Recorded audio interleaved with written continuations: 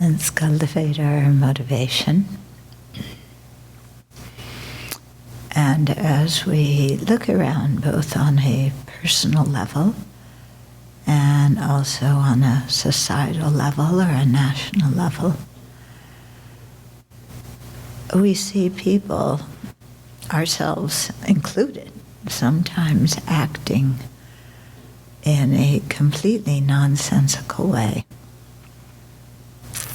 wasting so much time on accusing each other of different things, creating problems for each other, and all of that in turn creates problems for ourselves.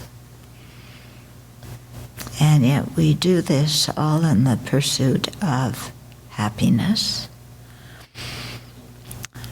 trying to have physical comfort, trying to have social standing, trying to win and be powerful, or trying to be famous and well known. And yet none of it brings any kind of lasting happiness. And instead we seem to create problems for ourselves and others again and again.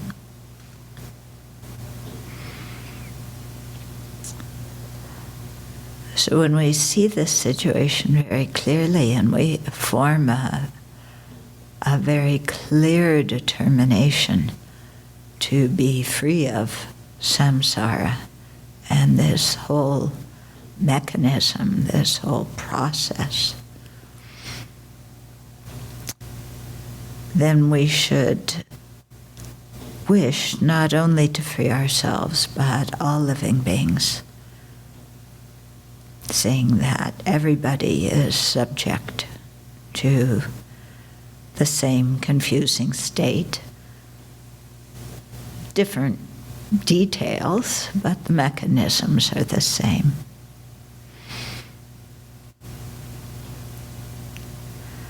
And so with confidence in our ability to generate wisdom and compassion, with confidence in our ability to subdue our own mind,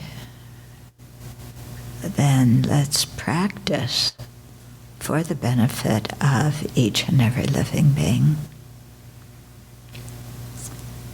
heading for full awakening.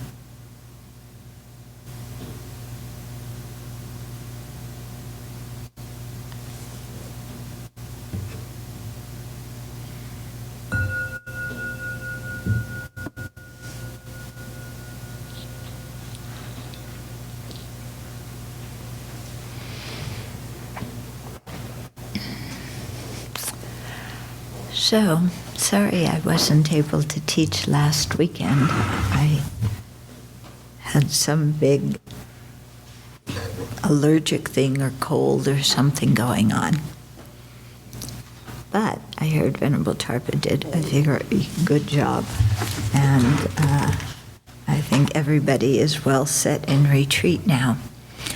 So the topic for tonight actually fits very well in the retreat that you're doing. Okay. So we're talking tonight in the Foundation of Buddhist Practice, in Chapter 6, because we did the first 5 chapters last year and this year in a course. And then last week you started Chapter 6, and so we're on page 144, Contemplating the 7 Limbs. And so the 7 Limbs is a practice that we find in almost all these sadhanas or any kind of Dharma practice we do in the Tibetan tradition. And they're derived from the King of Prayers, which is from the Avatamsaka Sutra. The Avatamsaka Sutra and the King of Prayers, they have 10, they're seen as 10 firm, unshakable resolves of the Bodhisattva Samantabhadra. And so 7 of them became our 7-limb prayer. But when you look at the King of Prayers, the aspiration of Samantabhadra, which is in the red prayer book, then you can see these really flushed out. In the 7-limb prayer, each one is just one line. In the King of Prayers, each one is at least one verse. But the ones of offerings and prostrations are several verses.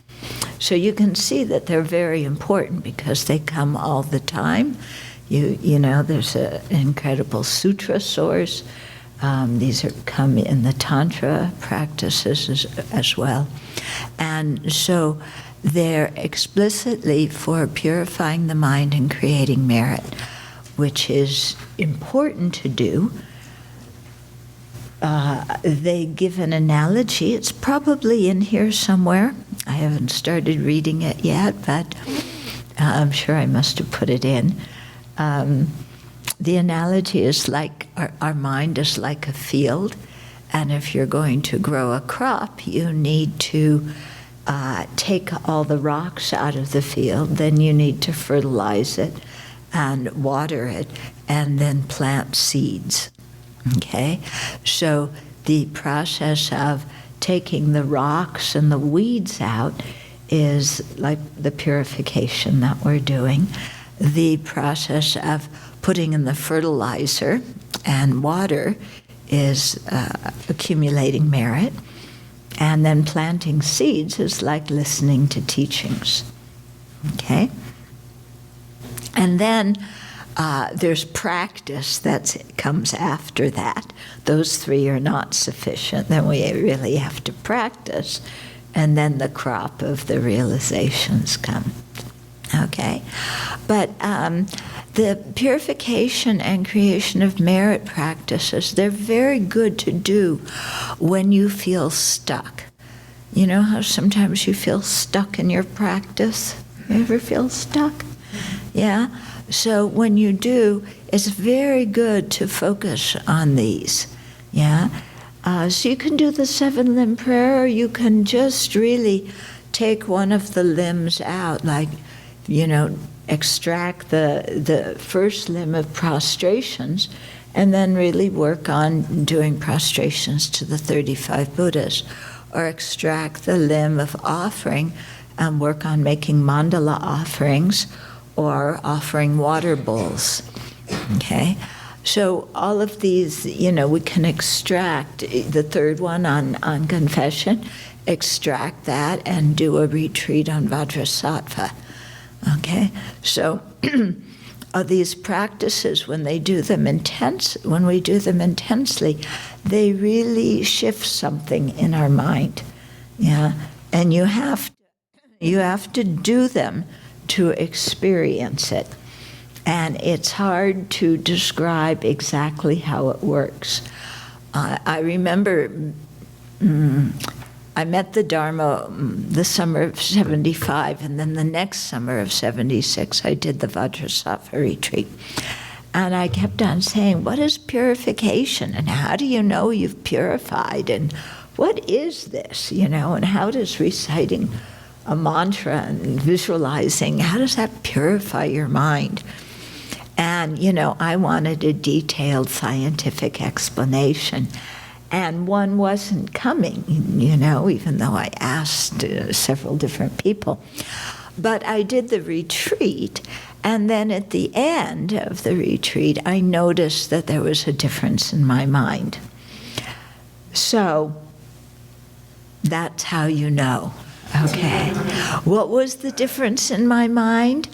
I think one of the biggest differences was the teachings that I had heard before. When I heard the exact same teachings again, the meaning was much richer and much deeper. Okay? So somehow my understanding of the teachings had increased. Something had gone in. Okay? Yeah, so I think that was maybe one of the more pronounced things that I noticed. But yeah, you have to see for yourself. So we'll be going through the 7 limb prayer here as it's done, in our sadhanas, very briefly. But as you can see in the sadhana that you have for the meditation on the Buddha, you can slow it down, and you can, if you want to, spend most of the session on the 7 limbs. Okay? In fact, any of the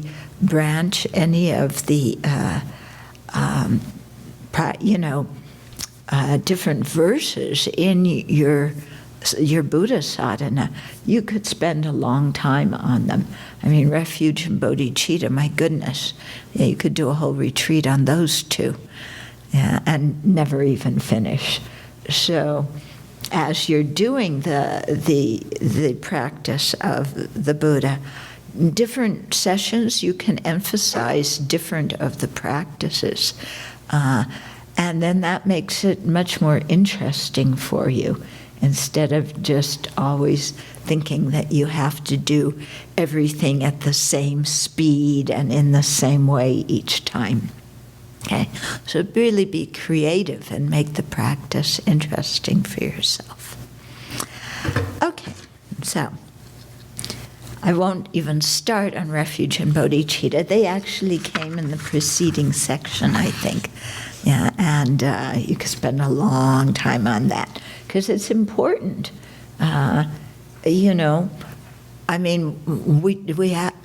Why are we doing this practice? Who's our guide? That's where refuge comes in. If we don't believe in the Buddha, Dharma, Sangha, then doing a practice prescribed by the Buddha, I don't know what that's going to get you. It's like you don't have confidence in a doctor, but you go and ask them for medicine. Yeah, but if you don't have confidence, are you even going to take the medicine? Okay, so with refuge, we really get clear who we're following and why by knowing the qualities of the Buddha, Dharma, and Sangha. And then why are we doing the practice? Again, for the reason of bodhicitta, to become fully awakened for the benefit of others. So that automatically, at the very beginning of the practice, it pulls us out of our self-centered trip. Yeah. So if you have a mind that says, "Oh, I'm coming on retreat so I can relax," yeah, it's cheaper than going to therapy. Yeah, or whatever it is. I'm doing this sadhana because when you visualize the Buddha and you recite mantra, you feel so blissful, and I want to feel blissful. Yeah. So if that's your motivation for doing the practice, that's the same motivation people take drugs. I want to feel blissful. I want to just, relax my mind. So, but that's not really a good motivation for doing a spiritual practice. Yeah. Okay, we want to relax our minds, but wouldn't it be nice also to do something about our predicament in cyclic existence? Because as long as we're in cyclic existence, how can we ever really relax? Yeah, if you think you're going to, tweak your cyclic existence so it's really great and then you can relax, good luck. Yeah. Tell me if you do it. I haven't met anybody who's done that. Okay. So, we need to have a motivation that goes beyond, my happiness now. Okay. So, that's why bodhicitta is so important at the beginning, because our motivation is what determines the value of what we do. Yeah? So if our motivation is, I just want to feel good. Yeah? There's the Buddha, there's light. Oh, muni mani maha mani yasa. Mani mani maha yasa. I mean, it's better than the way you guys chant it, like it's a death tired, Om. It's like, who died? We should chant that. I'd like that, Muni, Muni, Ma, Muni. That has some life in it, at least. Yeah. But your mind has to be serious. Yeah. And really thinking about the Buddha's qualities, not just doing it to feel good, okay? Not just doing it so you all have your little card where you mark how many you've chanted. Yeah. You look at your neighbors, how many they've chanted. Yeah. Do you check out what other people have done? Yeah. Do you kind of hold your card as you walk past Venerable Chuni to see if she gives you the thumbs up or thumbs down? Okay. So, we really want to try and connect with the Buddha and connect with, with the bodhicitta. That's what the Buddha's all about. Okay, so the 7 limbs. Before contemplating the 7 limbs, we imagine the merit field. Okay, so a field of merit is so called because in it we plant the seeds of virtue, or the seeds of merit. Merit means good karma. That will bring good results. So here, so it's called the field of merit, or the merit field, because the beings in it are holy beings, and by doing any kind of practice in relationship to the holy beings, we accumulate a lot of merit. Why? Because of their great realizations. Okay, so that's why they're considered the merit field. Okay.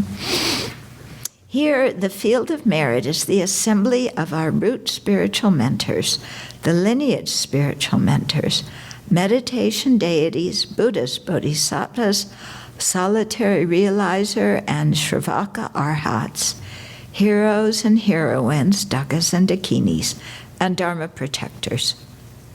So in the meditation hall, we have a whole tanka that expresses that. Yeah, it's called the tree of assembled gurus, but it's not just the gurus, it's also all these deities and Buddhas and bodhisattvas and arhats and so on. Okay? So you can think of all of them, or if, sure, dedicating, visualizing each one separately is kind of difficult. But you can just think you're in the presence of a lot of holy beings. Or if you prefer, you can think that all of them are consolidated in the figure of the Buddha. So in your sadhana, that's what you've done there. Okay. As the details of this visualization and the way to contemplate its meaning have been described extensively in other texts, I will not go into detail about them here. Okay, so you can read up in other places. So having imagined the holy beings in the space in front of us, we then cultivate the 7 practices in their presence. These are prostrating, making offerings, confessing our negativities, rejoicing in goodness and virtue, requesting Dharma teachings, requesting the Buddha to remain in our world, and then dedicating the merit from doing those 6 practices. So the purpose of these 7 limbs is to purify our mind stream and create merit so that our meditation session will be effective and we will gain deep understanding and experience of the stages of the path. Okay, so that's important to understand. Yeah, why are we doing this? Because if we purify and create merit, in that session, it primes our session for whatever meditation we do that follows, and especially if we're doing the checking meditation on the Lamrim topics, then it helps us understand them better. Okay? The importance of purification and creation of merit cannot be overestimated. Okay?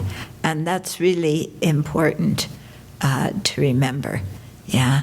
Sometimes we think, oh, there's these nundro practices. Nundro means preliminary, where you really do a lot of purification and collection of merit. And sometimes we think, okay, I'll just do them early on and then got them done and then forget it.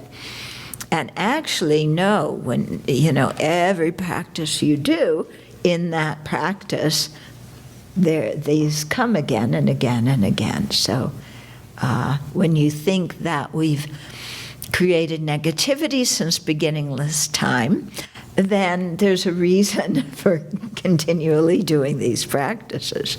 And when you think that our mind needs to really be nurtured by proper virtue, then we really see why we do these again and again. You may recite a long or a short version of the 7 limbs while contemplating its meaning. Okay? While contemplating its meaning. Okay? While contemplating its meaning. Okay? Sometimes we recite something so often that our mind is spaced out when we say it. Okay? So this is a reminder that whenever we say something, to think about what we're saying while we're saying it.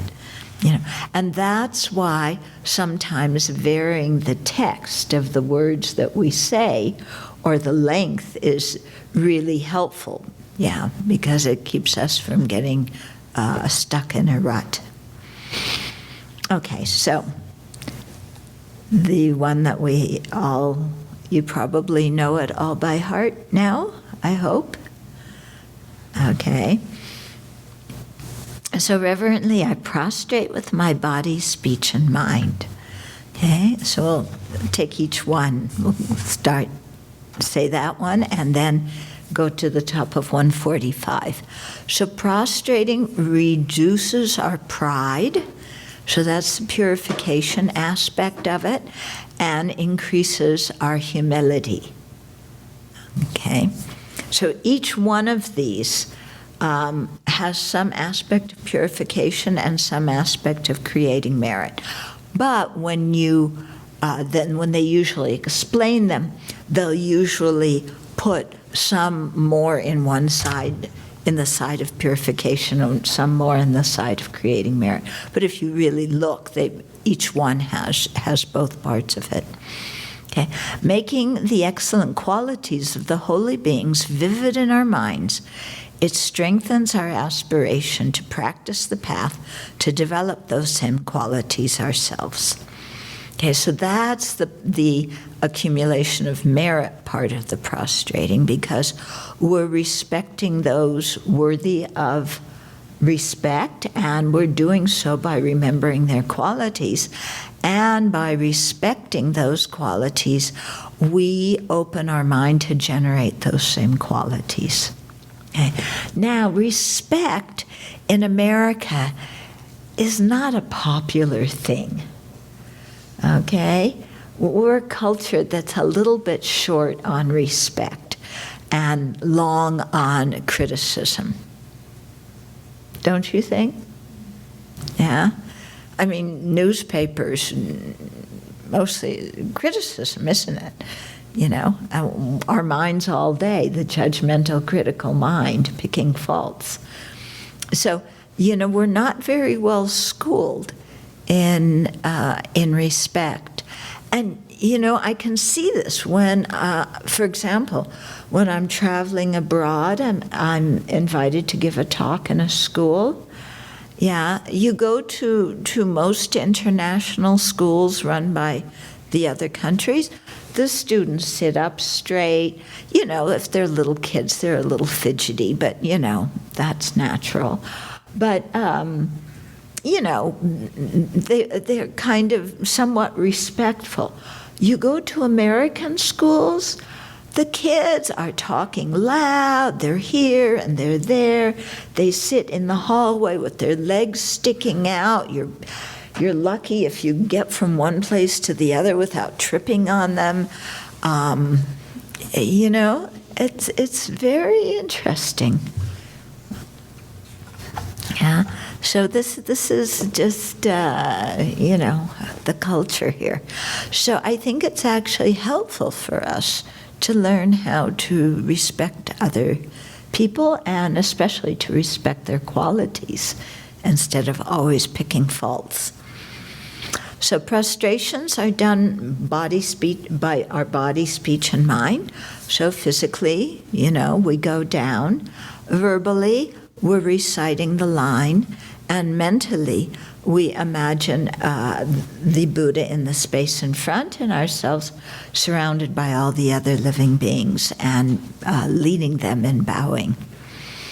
Okay, so prostrations are done mentally by remembering the good qualities of the three jewels, verbally by praising these qualities with our speech, and physically by bowing down to show our respect. Okay? So this whole thing of praising qualities, really, we're not so good at it in this country. That's just my opinion. So, so this, this thing, I'll just give myself as an example. Yeah, when I went into the first Dharma teaching, and I saw people bowing to the teacher, and what in the world is this? Yeah, they're bowing to a human being. I didn't grow up Catholic. Maybe if you grew up Catholic, you're used to bowing and genuflecting and things like that. But the rest of us, what do we bow down to? Our credit card, the refrigerator, the car. Yeah, we don't think of showing respect to other people very much, unless we want to butter them up so we can ask them for something.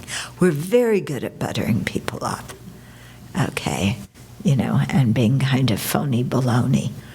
But that's not what this first branch is about. It's really about sincerely respecting the good qualities of the three jewels. And when you've studied about what the three jewels are, then you can understand what their qualities are and what our potential is. And then, respecting those really makes a lot of sense. And it feels good, yeah. Because don't you feel better when you think of other people's good qualities than when you pick faults? Yeah. We do feel better, but what do we do more of? We pick faults all the time, but we actually feel better when we think of their good qualities. Okay, then the second limb, and present clouds of every type of offering, actual and mentally transformed. Okay, so making offerings reduces attachment and stinginess. That's the purifying side of it. And the accumulation of merit side is it increases our generosity and delight in giving. Okay? So we offer, when it talks about actual and mentally transformed offerings, the actual offerings are the fruit, flowers, incense, water, perfume, and so on, things that we put on the altar, the actual things. Okay? And then the mentally transformed offerings are when we imagine beautiful things.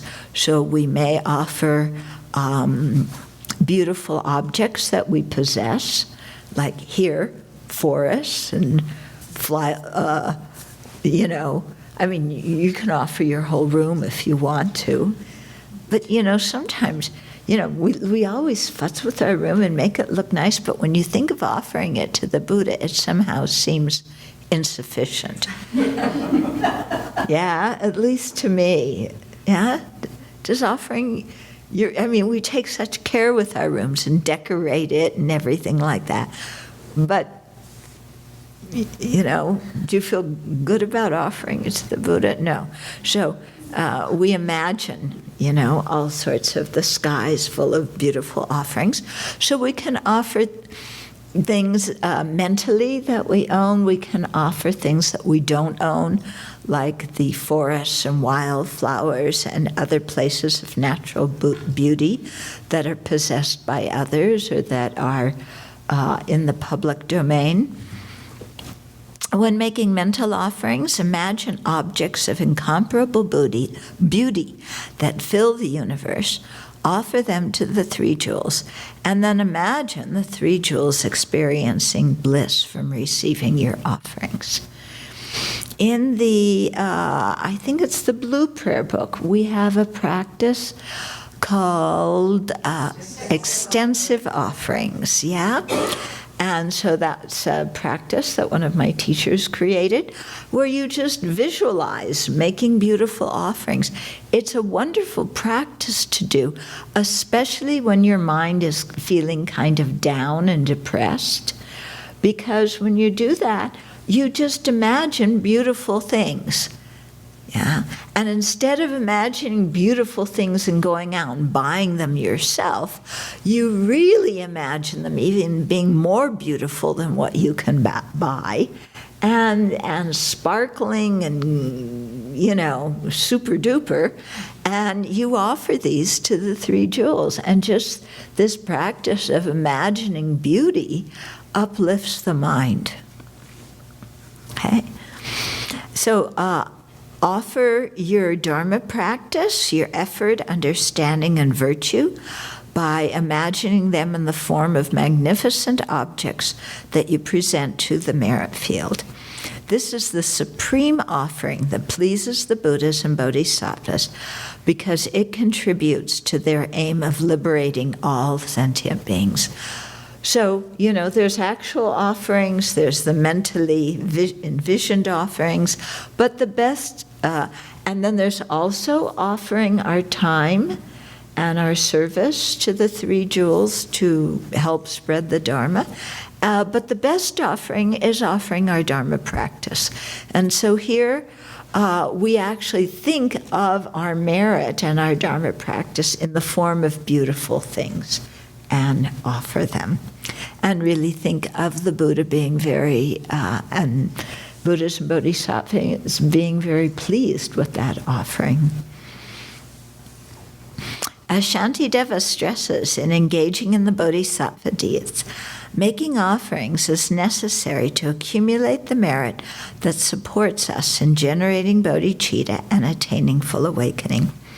High bodhisattvas such as Samantabhadra emanate a vast display of sumptuous and glorious items that they offer to all the Buddhas and Bodhisattvas in all the Pure Lands throughout the universe.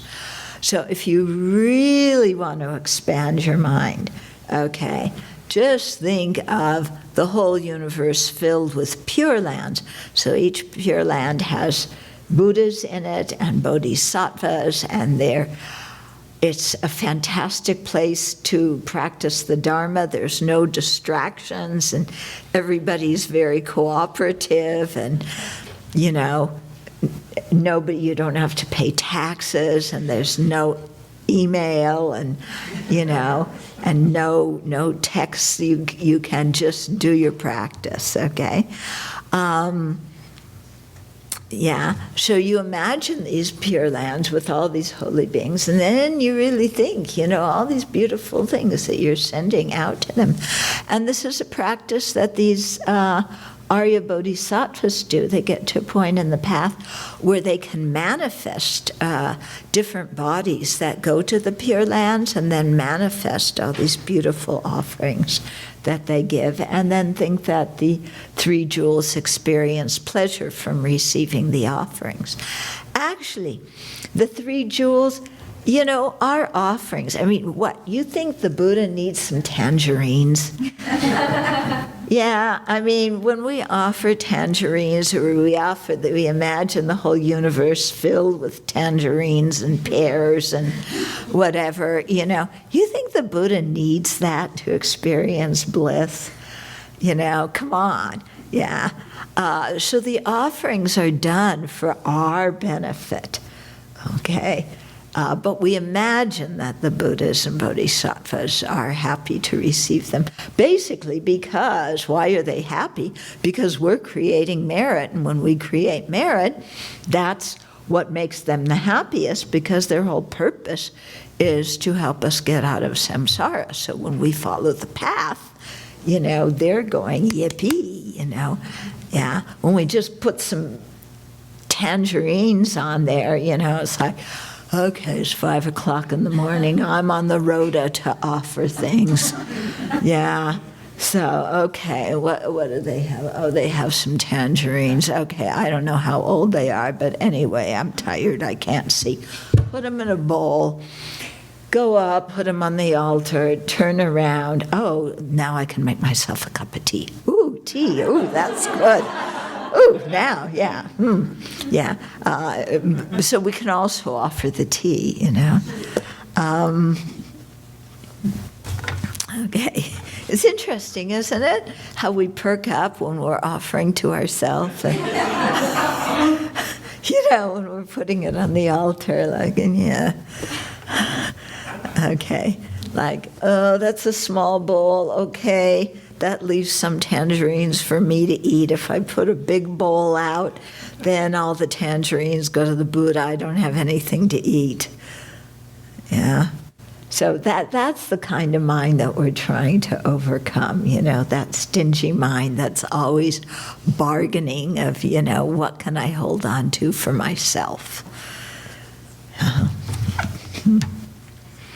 Okay, well, we are currently unable to emanate these elaborate offerings. Visualizing them brings great benefit because we can offer them free from the attachment we may have for our possessions. Okay, so it's important to offer things free of attachment. Yeah, and that's why we really offer them. We don't put them on the altar until we decide to eat them. Yeah, but we really offer them, you know. Okay, and that's why we offer water, because water is usually plentiful and we're not so attached and stingy about it. Although I remember one time when I was living in Dharamsala, something happened to the pipes. We all had outside water taps, and water was really difficult to come by.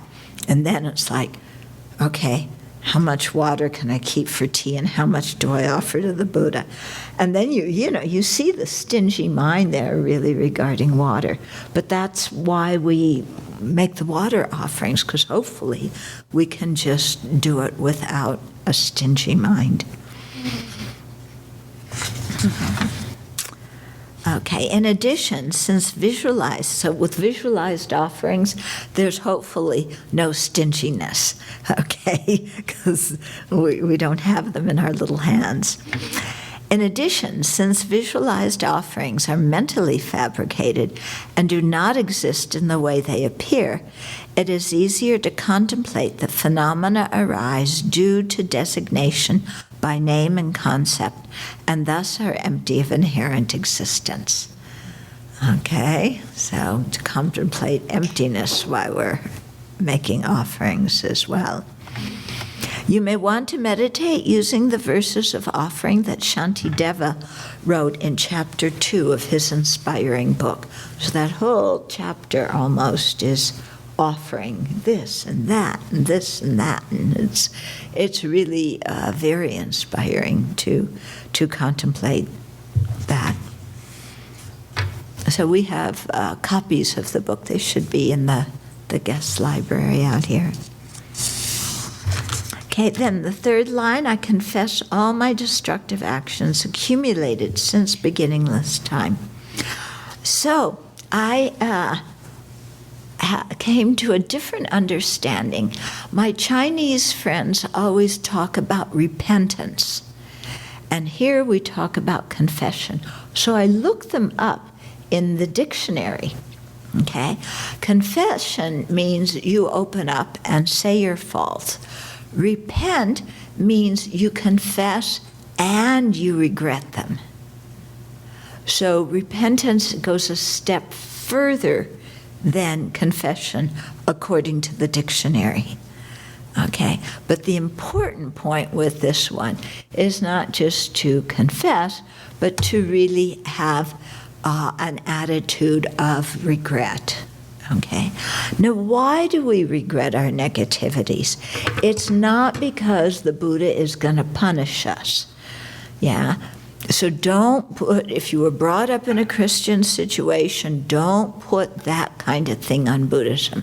There's no creator God who punishes and rewards people in Buddhism. Okay? Absolutely not. So you don't have to worry about getting punished. However, causes bring results. Yeah? It's a very scientific thing. Yeah? Causes bring results. And when we do a cause, when we create a cause motivated by selfish intent or anger or greed or whatever, it's going to bring a result of a long-term result of unhappiness.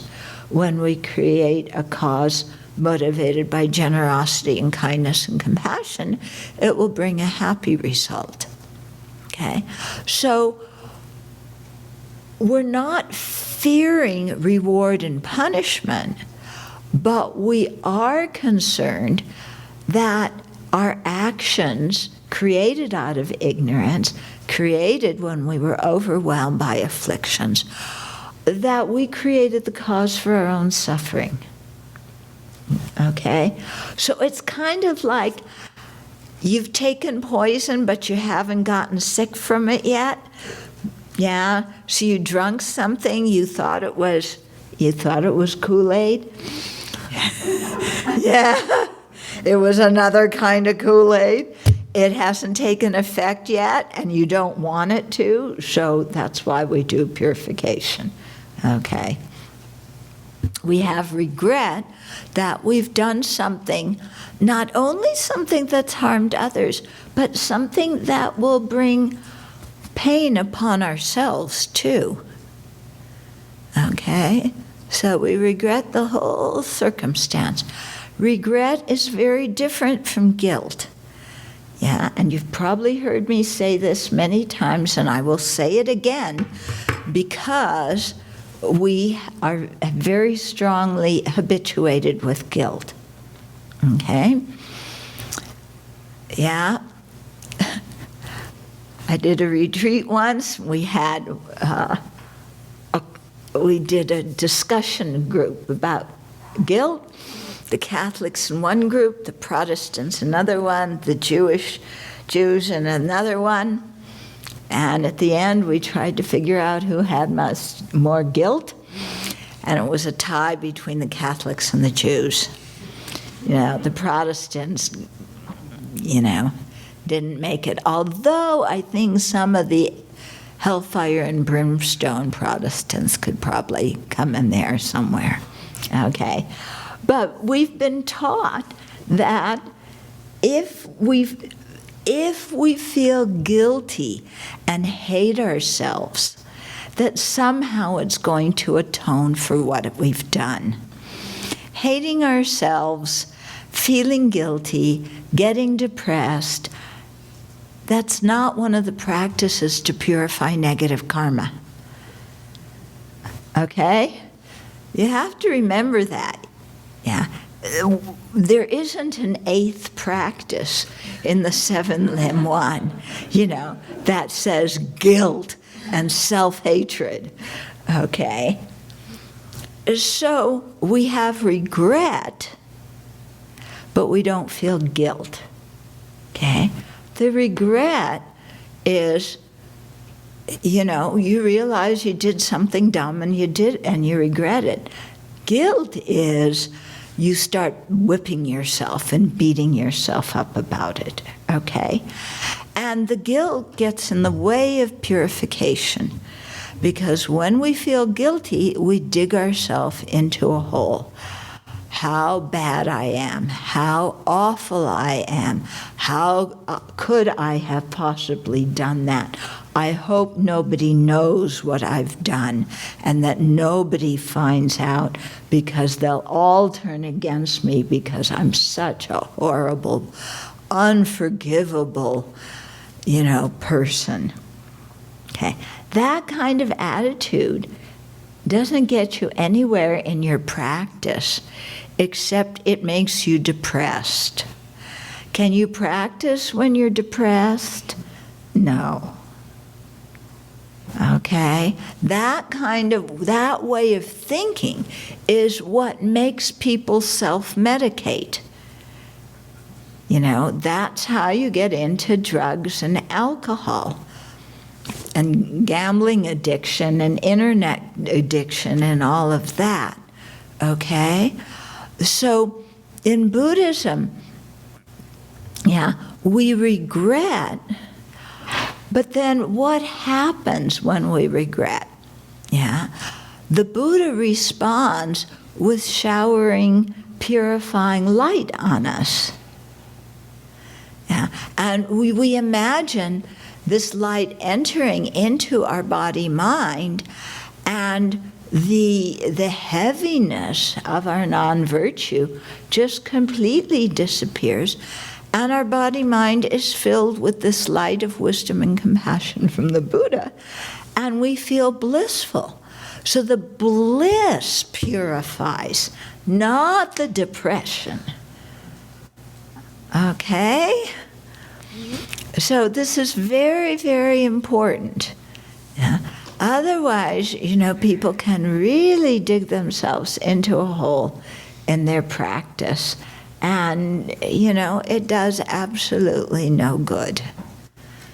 Okay, so this whole process of purification, we imagine the Buddha forgiving us, but what's really going on is we are learning to own our own negativities, reveal them without concealing them, and forgiving ourselves and letting them all go.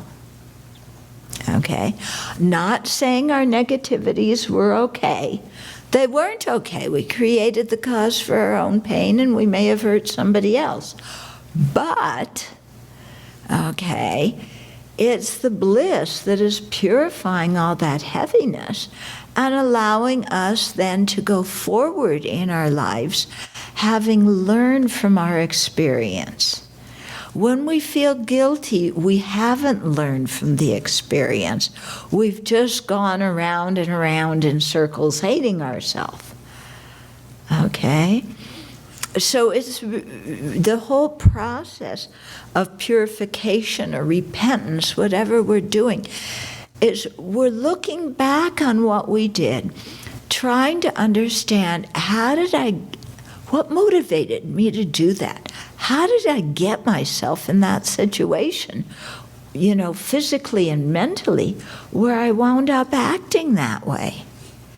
And how else could I look at that kind of situation so that if it comes up in the future, I don't act the same way and I don't think the same way?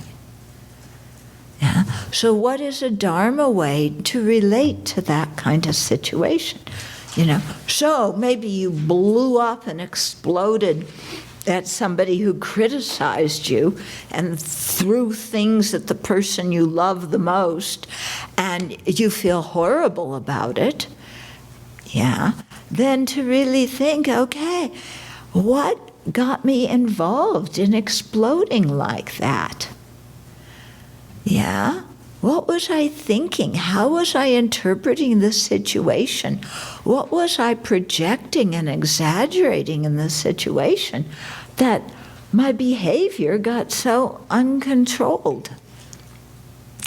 So that way you understand what happened in the past. You understand your way of incorrect way of thinking. And then you think of some of the Dharma teachings, the Dharma remedies, the antidotes to the different mental afflictions, and you practice them in your meditation, so that they become more familiar. So if something like that situation happens again, instead of acting in the same old way, you have some habit in how to look at the situation in a different way. Okay? And then that becomes really, really useful in your life. And that's how you really begin to change. And forgive yourself. So that as we age, we aren't stockpiling anger and bitterness and resentment. You see sometimes young people who are so exuberant, and then you see them 30 years later, and they're like this, What happened? Life got to them, and they made a lot of mistakes in their life, and they haven't settled the mistakes in their own mind. They haven't forgiven themselves. They haven't seen alternate ways of being. So even though you've made a mistake and you can't undo it, you can learn from it so that you don't do that thing again in the future. And then you can go on with your life in a much more upbeat way. Okay? So this is very, very important, psychologically and spiritually. So this third branch of confession or repentance is very, very important. And that's why, in the Nundro practices, we do many of these things 100,000 times. So the prostrations are mostly for purification. 100,000 purification, 100,000 prostrations, not the short ones, the long ones. Okay, where your nose is on the floor. And you really are opening up and saying, poof, I've done this and I want to clear it all up. And it feels so good when you do that. Okay? Now you do Vajrasattva, and all that light and nectar is pouring down. And you can't sit there and think of Vajrasattva pouring blissful light and hate yourself at the same time. Okay, you just can't do it if you're doing the practice correctly. If you get distracted, then you can hate yourself. But if you're doing the practice correctly, you can't do that. Okay? So it's, it really works. Okay, so I confess all my destructive actions accumulated since beginningless time. So all of them, okay? So it's not just that I stole my brother's marbles, okay? Or that I told a little white lie. It's, you think of everything you possibly could have done in beginningless lifetimes. Think of some lifetime where you were president of a country and you did what is going on right now. Imagine the karma you created when you influenced so many people's lives in that way and created so much suffering. Or imagine, a previous lifetime where we were Hitler or Stalin or Mao Zedong or who knows what. Yeah? There are plenty of previous lifetimes. They say we've been there, done that, gotten all the T-shirts. Okay, but we want to clear all of that up. Okay, so, you really think of all of that. And, the verses that we chant, the song that we did our confession today, and then you did the lay confession, that initial verse that you do when you say, boy, you can really, we chant it very, very slowly. And it really gives you a chance to think of, my previous lives. Who knows what I could have done with my body, with my speech, with my mind, and times when I was overwhelmed by attachment and anger and confusion. And you just, even though you can't remember specific actions, you just, whatever it was, I confess it. Okay? Okay, so confessing negativities is done through the four opponent powers. We have engaged in countless physical, verbal, and mental deeds motivated by ignorance, animosity, and attachment. Okay, the seeds of these misdeeds ripen in unpleasant or painful experiences. Okay, the seeds also obscure our minds and prevent us from gaining realizations, and they also limit our ability to benefit others. And they manifest in terms of obstacles in our practice. Yeah, you come and do retreat, and then, you get sick. Yeah, so when you get sick, instead of going, oh, I feel so terrible, this is an obstacle for my negative karma, oh, I'm such a rotten person, you say, good, my negative karma, it ripened in this sickness, and that's sure better than a few eons in the hell realm. I can handle this sickness. Actually, it's quite a breeze, you get a cold. Yeah, or whatever's wrong with your body, I was like, okay, I can handle this. This isn't so bad. And you think it's purifying eons of destructive karma from the past. Okay? But if you do intense purification, then sometimes you can avoid even getting sick, and that kind of,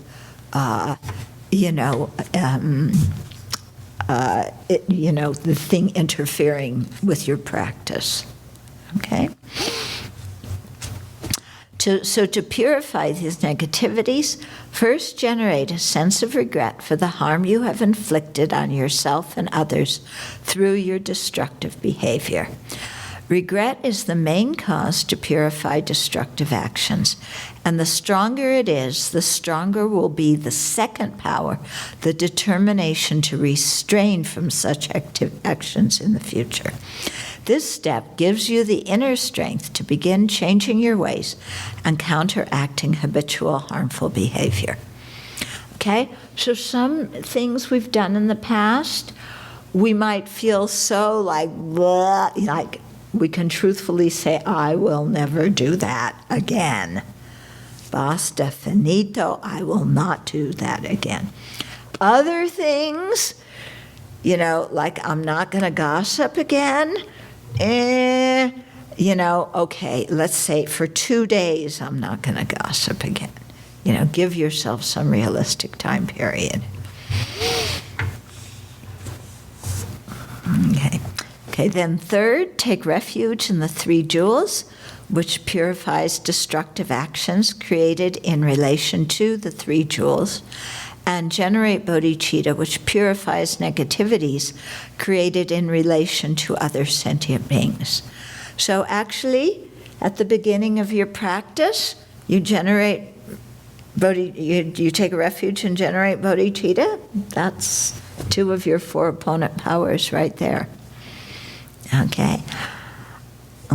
Taking refuge and generating bodhicitta transforms the harmful or ignorant attitude you previously had towards holy beings and sentient beings into a virtuous mental relationship with them. After confessing your faults, it is helpful to do the taking and giving or Tonglen meditation, which will be described in Volume 5, which is at the publishers. Okay, fourth, apply remedies to those destructive actions by engaging in constructive actions. For example, bowing to the three jewels, okay? All your 100,000 prostrations. Reciting mantras, 100,000 of those. Making offerings, 100,000 mandala offerings, or 100,000 water bowl offerings. Circumambulating holy objects, meditating on emptiness, generating bodhicitta, doing volunteer service at a charity, a Dharma center, or a monastery, or helping others in other ways. Okay? So we do some kind of virtuous action. So when you notice that after lunch you would really like to take a nap, but you're on dishes, instead of thinking, how can I get out of doing the dishes so I can take a nap, say, this is going to be my action of remedial behavior, offering service to a group of people who are meditating, and those people, because they're trying to create virtue, are a powerful group of people to offer service to and to create merit in terms of them. Okay. Then you go into the kitchen, and I'm so glad to wash dishes because I'm purifying. Yeah. And then you take out the vacuum cleaner, and you're so glad to vacuum the floor. You look doubtful. But, if you think of these things as I'm offering service to the community, especially to a Dharma community, then they become virtuous activities. So, you're shoveling snow. All these things. Okay, so that's the third one. Then the fourth, and rejoice in the virtues of all holy and ordinary beings. Okay? So rejoicing, and rejoicing in virtue. This is another thing that we're a little bit short on in this country, okay? We rejoice at getting what we want. We rejoice at things happening the way we want. We rejoice when we get possessions and money and a good reputation and praise and all these kinds of things, okay?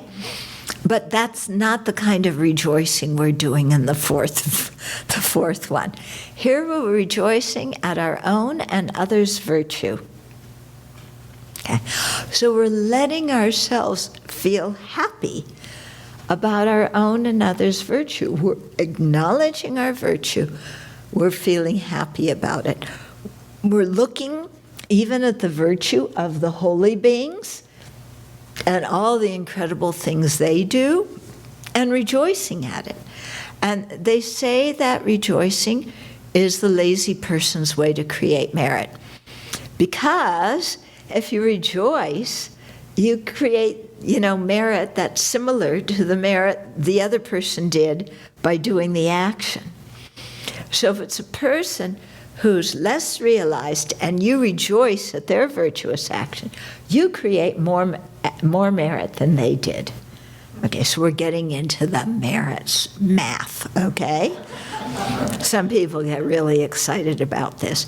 If you rejoice at the virtue of somebody who's equal in practice, you create the same merit, So they just did 100,000 prostrations. You're sitting on your bed. It's a good deal, isn't it? Yeah? Yeah.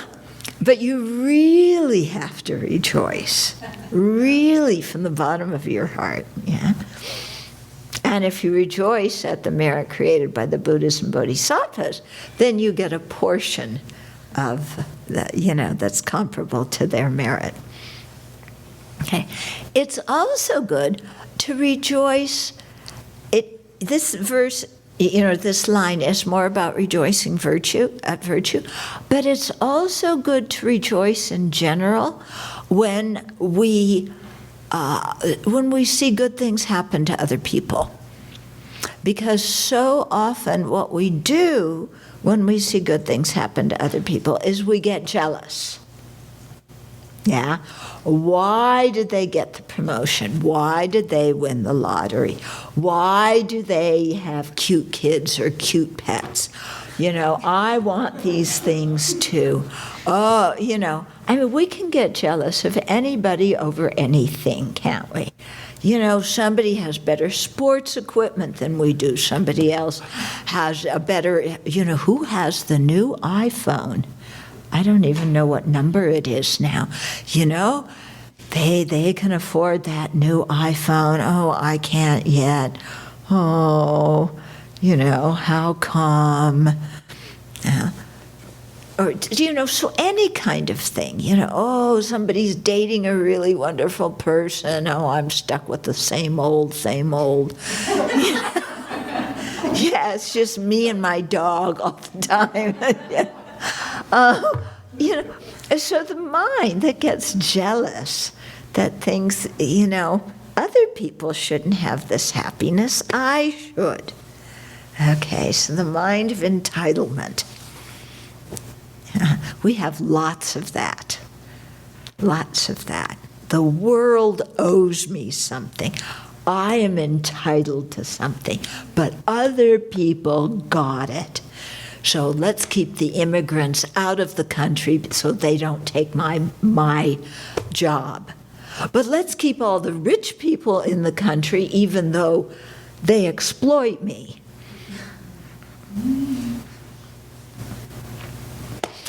Don't ask me to explain that. But, look at how our jealousy works. Yeah, where is a lot of this racism and so on based? It's based on jealousy and fear. Yeah, because I want it and they might get it. Okay, and that kind of mind of jealousy is so painful because then you never trust anybody. Everywhere you look, there's harm coming at you. Because somebody might get something that you should have. And it starts when we were kids.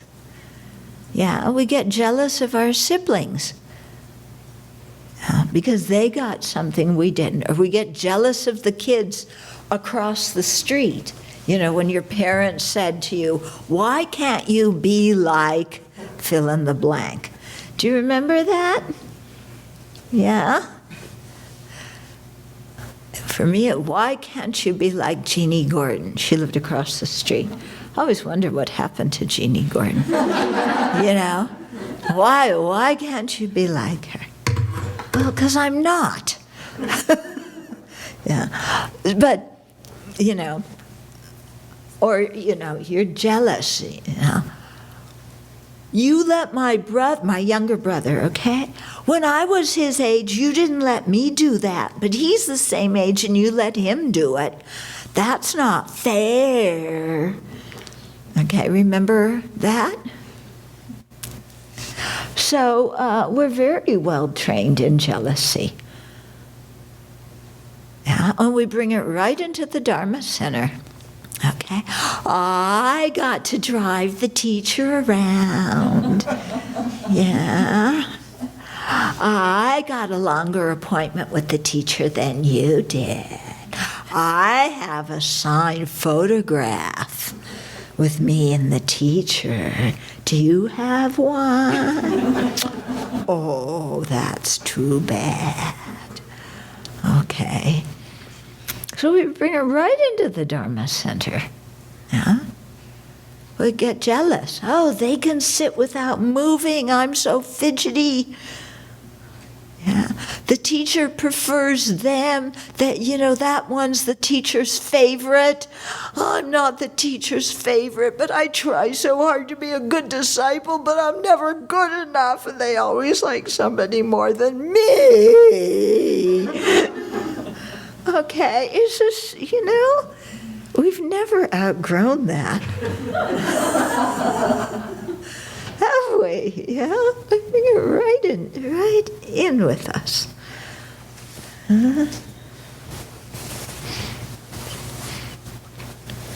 Oh, there's the Dalai Lama coming. Is he going to look at me? He looked at that person. He didn't look at me.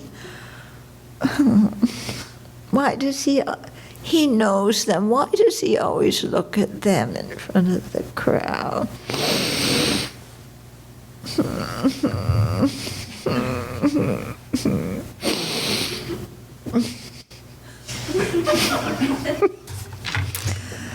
Okay. So rejoicing in your own and others' virtue is the fourth limb. Doing this is an excellent method to fill your mind with hope and joy and overcome competition and jealousy. Who suffers from competition? Who suffers from jealousy? Who suffers from arrogance? Yeah, these three are very interrelated. Some of you didn't raise your hand at any of those. I salute you. And considering that you're not willing to be honest, I'm not sure. Okay, reflect with joy on the virtues you and others have created in this and previous lives, and at all the goodness in the world. Yeah? I mean, really sit there. And in the age of Trump, we need to rejoice in all the goodness in the world. Think of all the people, who are doing things for other people. All the doctors and nurses and teachers and, all sorts of people, yeah? All the people who are nursing kangaroos in Australia, yeah? And nursing koalas in Australia. Yeah, I find that quite touching, the picture with a baby bottle feeding a kangaroo, Or there was one picture of some little deer that had wandered onto, this was in the US, not in Australia, wandered onto a frozen pond, and they couldn't get out, and somebody skated there and roped the deer and pulled them out and got them to safety. Just things like that. And there's people are helping each other all the time. And we really need to notice that and rejoice at it. Mm-hmm. So reflect with joy on the virtues you and others have created in this and previous lives, and at all the goodness in the world. Rejoicing in your own virtue invigorates and multiplies it so that it will increase day by day. Also admire and rejoice in the virtues of people you know and those you don't, reflecting repeatedly on their constructive thoughts, feelings, words, and deeds. So look at the goodness in the world and rejoice.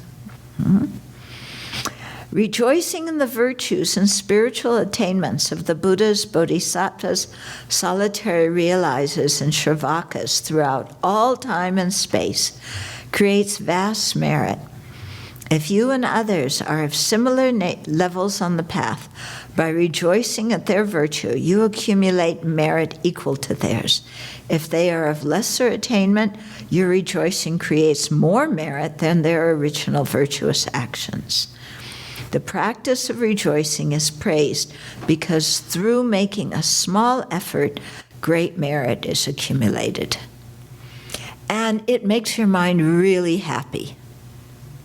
Yeah, it makes your mind happy, and it pulls you out of this despair, depressed, thing that we've got going. And it's like, okay, all that junk's going on, but there's also a lot of goodness. And we've got to pay attention to the goodness and encourage it and rejoice at it. Okay. Then the next branch, 5, is please remain until cyclic existence ends. Okay, so actually, this one comes as the fifth, and then turn the wheel of Dharma for sentient beings. Very often those two are reversed, and you request turning the wheel and then asking the Buddhas to remain. Okay, but in the explanation here, requesting Dharma teachings comes next. So that counteracts abandoning the Dharma and creates the cause to receive teachings in the future. So remember, abandoning the Dharma is when we make up something and pretend it's Dharma and teach it to others or even practice it ourselves. So very deceitful, very misleading. So it helps to purify that, to request teachings from the Buddhas and Bodhisattvas and our teachers, and it creates the cause to receive teachings in the future.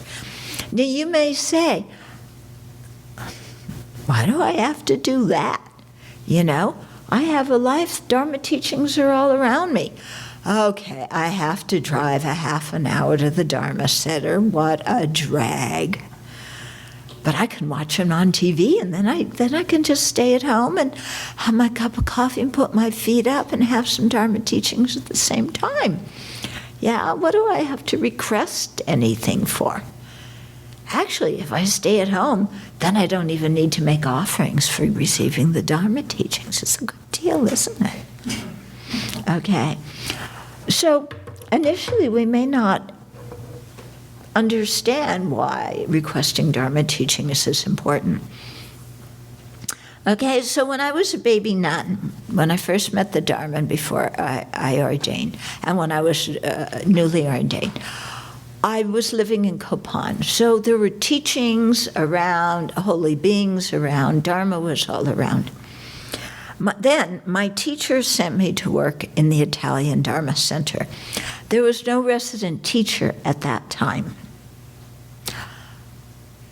I was it. You know, it's like there are a bunch of people, and I was supposed to do something to help those people somehow. Yeah. And I just wanted to study with my teachers because I was a baby nun. I didn't know very much, but there was nobody there to teach me. This limb in the 7 limbs took on a whole different meaning for me. And I would really stop and really sincerely, you know, request the Buddhas and Bodhisattvas and all my teachers, please, you know, come to Italy, you know, or let me go somewhere else where I can receive Dharma teachings. Yeah, because it was really like a desert there at the time. Yeah. Quite a desert. Okay. So we must not take our present good fortune of encountering teachers and teachings for granted, but appreciate and take advantage of them. Requesting teachings is one way to do this. Requesting the Buddhas to turn the wheel of Dharma to teach us the path to awakening also creates the cause to receive teachings in the future. Whenever possible, attend Dharma discourses given by qualified spiritual mentors. As a beginner, study books that give you a general overview of the path. As you advance, delve into the sutras, the great Indian commentaries, and commentaries by other Buddhist sages. Okay. Now you traveled with me. What did I do whenever I met my teachers? When I said goodbye? Make prostrations. No, I didn't make prostrations when I said goodbye. Request that they live long and they keep teaching. Yeah, I requested that they live long, be healthy, and continue to teach and guide us. Yeah, so that's, the prostrations came when I first saw them. The offering came when I first saw them. Before I left, then I made those 2 requests. Yeah, because we cannot take these things for granted, you know? When I started out, people laugh when I call this a barbaric country. But a barbaric country was a place where the Dharma was not available. And when I started out in 1975, it was very, very difficult to find Dharma teachings, you know? There were some maybe in other languages that I didn't understand them, the other languages. In English, very difficult to find teachings. Yeah, very few Dharma centers. So it was really a wasteland. So that's why I went to India. Yeah, there was no choice. If I wanted to learn the Dharma, I couldn't do it here. Yeah, so I picked up and left. Okay, then the next one, is requesting the Buddhas to remain in cyclic existence, to remain not in cyclic existence, but until cyclic existence ends. Okay, so that helps to purify negativities created in relation to our spiritual mentors and the Buddhas, and it increases our understanding of the importance of having excellent spiritual mentors. Okay, so we don't take the presence of our spiritual mentors in our lives for granted. We don't take the teachings for granted. Yeah, and those two go together. Yeah, so we need to not only request that our teachers remain and that the Buddhas manifest, but we need to request teachings as well. Yeah, otherwise you wind up in a situation like in the very early days after the Tibetans came out, His Holiness sent some lamas to the West. Nobody knew who they were. The teachers were there. Nobody requested teachings. Yeah, and if you read Kyungla Rata Rinpoche's book, My Life and Lives, he's an incredible practitioner, a very high lama. He came to New York. He was working in Macy's, packing boxes in Macy's. Nobody thought of asking for teachings. Sometimes he sat in Central Park and panhandled because he wanted to see what it was like to have that experience. Yeah. Here's an incredible person there. Nobody asked for teachings. Okay?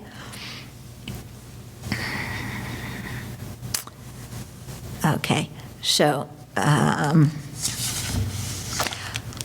with heartfelt sincerity, request the emanation bodies of Buddhas not to pass into parinirvana, but to remain in the world to guide sentient beings according to their various dispositions and tendencies. So sentient beings have so many dispositions and tendencies. Yeah, we need many different kinds of teachers, many different kinds of teachings to meet the needs of all these different beings. And then the seventh was, I dedicate all the virtues of myself and others to the Great Awakening. So it says, to conclude the seven-limb prayer, dedicate the merit accumulated from the above practices for the full awakening of yourself and others. Imagine your merit transforms into offerings that you present to the three jewels and to sentient beings. Okay, so dedicating the merit is actually a practice of generosity. You're giving the merit away, yeah? But by giving it, you increase it. When I first went to Singapore, there was one man. It was very sweet. He was the one, actually, the very first booklet I put together, I wonder why, he was the one who sponsored that booklet. And he wanted to learn to meditate, so I taught him to meditate. And then at the end of the session, I said, we're going to dedicate the merit to all the sentient beings. And he looked at me and he said, Venerable, I have so little merit, I don't want to dedicate it. Because he thought if he dedicated it and gave it away, he wouldn't have it anymore. And I explained, no, if you dedicate it, it increases. Yeah, it protects your merit. You need to practice that. So finally, he did. Okay, so if you have questions, we have a few minutes. Yeah. About getting a little bit creative with the different parts of the sadhana. Mm-hmm. Venerable Thubten had read this mandala offering written by Rob Priest, and he brought in his own life and his own experiences. And then I was talking with someone, they were saying, how much can we reword the scripts? So, for example, the 7-limb prayer, would it be possible for us to rephrase it in a way that speaks to us? You can try and then run it past some people to see if you got it in the correct way. If it's, I rejoice at all the good things that happen to me, then no. Okay. But yeah, you can try your hand at rewriting some things and then run it past some other people.